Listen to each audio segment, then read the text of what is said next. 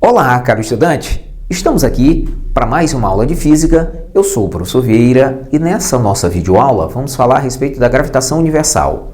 Vamos tentar aqui fazer rapidamente um breve conceito, um breve contexto e, na sequência, apresentar para vocês as leis de Kepler, a primeira, a segunda e a terceira leis, ok? Bom, o conceito é bem simples, bem fácil. Com a gravitação, nós buscávamos entender como os planetas orbitam em torno do Sol, quanto tempo leva essa órbita e algo que pudesse matematicamente justificar o que nós estávamos olhando. A princípio, Ptolomeu considerou a Terra como o centro do universo e todas as outras coisas orbitando em torno da Terra. Embora eu tenha falado universo, você tem que entender que nós estamos restritos ao nosso sistema solar. Nós não vamos tentar entender algo além disso, pelo menos por enquanto. Bom, só que um cara muito forte, um cara significativo, se contrapôs a Ptolomeu. Esse cara foi Copérnico. Copérnico, ele tinha influência suficiente para fazer a sua voz ser escutada, e isso aconteceu. Copérnico vai e diz, olha, não é a Terra que é o centro, mas sim o Sol que está no centro. E vai manter algumas outras coisas relativas àquilo que Ptolomeu falou, como, por exemplo, que as órbitas eram perfeitamente circulares. Bom, no entanto, com o passar do tempo, nós vamos observar que tem dois caras que vão ser extremamente importantes. É um longo caminho aqui nessa história, mas dois caras vão ser significativos para esse nosso estudo.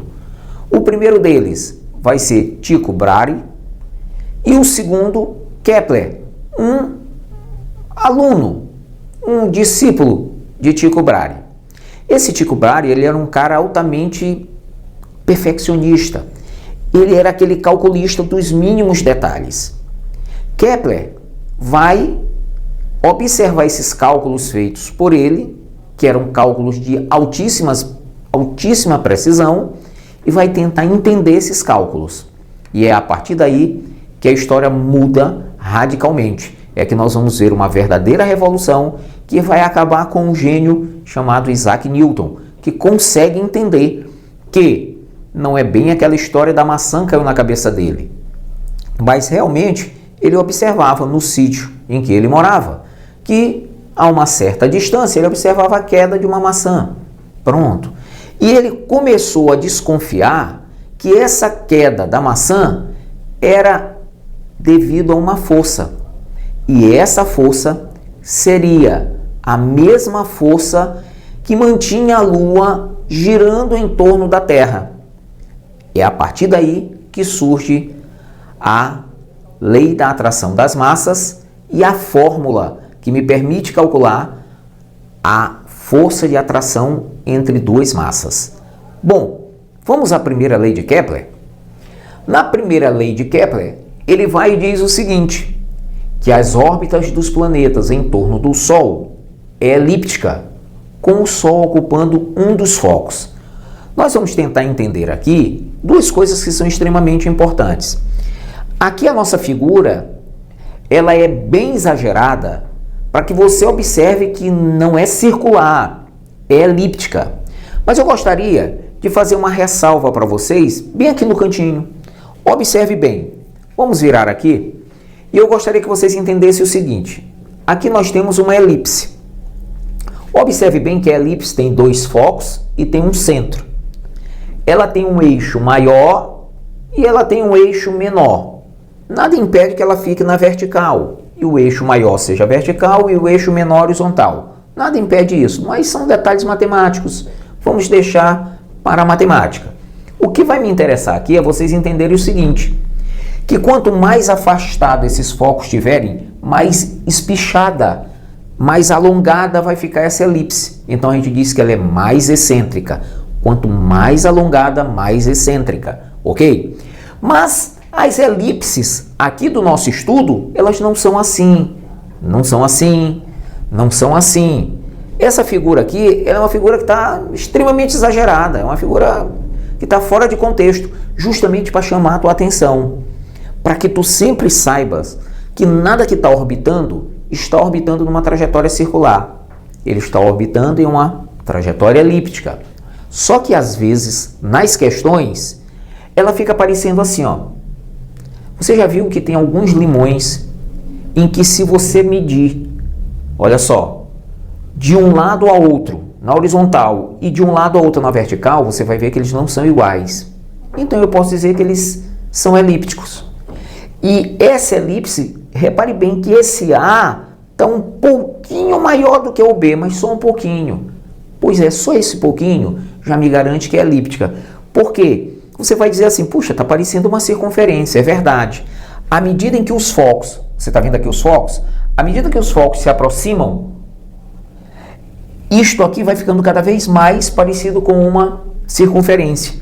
Até que se o centro, porque observe bem, ó, você tem um centro, tem um foco, outro foco. Aqui você tem um foco, tem um centro, tem outro foco. Eu vou até pintar de vermelho os focos. Foco, foco. Repare bem que essa elipse aqui, diferentemente desta aqui, ela não é tão espichada, não é tão excêntrica. Muito excêntrica, pouco excêntrica. E aqui está o centro. Mas se esse foco e esse foco coincidirem com o centro, essa distância vai ficar igual a essa distância. E isso aqui vai corresponder ao raio. E aí eu passo a ter uma circunferência. É muito importante você ter essa ideia. É uma ideia bem bobinha, tá? Essa figura aqui, ela é a que é mais próxima daquilo que nós vimos aí no céu. Só que nas nossas questões, por mero facilitamento de cálculos, às vezes nós vamos dizer que as trajetórias são circulares, ok? Então, essa ideia aqui é uma ideia exagerada para chamar a atenção da gente. As trajetórias dos planetas em torno do Sol, elas são elípticas, com o Sol ocupando um dos focos. Pode ser aqui para um, pode ser aqui para outro, e assim vai, tá certo? Então, essa primeira lei, fácil de nós entendermos. Vamos para a segunda lei de Kepler. Observe bem que na segunda lei, que é chamada lei das áreas, lembrando que a primeira lei é a lei das órbitas, ele diz assim, ó, a reta que une o centro do Sol ao centro do planeta varre áreas iguais em tempos iguais. O que ele quis dizer? Imagine que aqui é o Sol e aqui é o planeta, e que o lápis vermelho seja a reta que liga o centro do Sol ao centro do planeta. Ele disse que à medida em que o planeta fosse se movimentando ao redor do Sol, essa linha, ela iria varrer áreas iguais em tempos iguais. Agora eu gostaria muito, caro estudante, que você observasse esse seguinte detalhe. Vamos imaginar que um planeta esteja bem aqui, nesta posição, e que ele comece a se movimentar e ele atinja este ponto aqui. Observe bem que se você considerar o lápis como a reta que une o centro do Sol ao centro do planeta, ele varreu toda esta área aqui, ó. Pronto. Que nós vamos chamar aqui nesse momento de área 1. Aí o tempo passou e vamos imaginar que aqui ele fez esse trajeto. Vamos usar um tempo qualquer aí, um tempo simpático. Vamos usar assim, tipo 60 dias. Pronto. 60 dias. Ok? Mais tarde, o planeta está aqui nessa posição. Ele estava aqui, passou aqui, gastou 60 dias. Mais tarde, ele está aqui nessa posição. Observe bem, eu vou pintar de azul, que ele está varrendo toda esta área aqui, ó. Só que, olha o detalhe, ele também gastou 60 dias, ok? Aí vamos imaginar que um pouquinho depois, o planeta está aqui nesta posição, ó, e ele varreu toda esta área aqui, mas vocês observem bem, ó, e ele gastou 60 dias. Observe bem que ao sair daqui e chegar aqui, ele gastou o mesmo tempo que aqui e que aqui. E agora eu vou chamar esta área aqui de área 3, vou chamar esta área aqui de área 2, e esta aqui que é a nossa área 1, que eu vou fortificar aqui, tá? Essa aqui que é a nossa área 1. Observe bem que a área 1, a área 2 e a área 3, elas foram varridas no mesmo intervalo de tempo. Então, segundo Kepler, eu posso dizer varre áreas iguais em tempos iguais. Então, a área varrida dividido pelo intervalo de tempo vai ser sempre constante. E isto aqui foi impressionante, ok? Repare bem que ao concluir isto aqui, Kepler, ele estava me dizendo assim, ó, se você dividir a área 1 pelo intervalo de tempo 1 e a área 2 pelo intervalo de tempo 2 e a área 3 pelo intervalo de tempo 3, isso aqui sempre vai ser constante. Bom, você deve estar se perguntando assim, puxa vida, e quem é essa constante? Quem seria essa constante? Perfeito. Neste momento aqui, nós não vamos nos ater a quem é essa constante, ok? Então, a primeira e a segunda leis foram facilmente entendidas por todos nós. Essas figuras estão exageradas, as figuras que estão mais próximas da realidade, essa aqui, ok? Repare bem que eu tenho aqui um eixo que a gente chama eixo maior, a gente tem um eixo que chama eixo menor.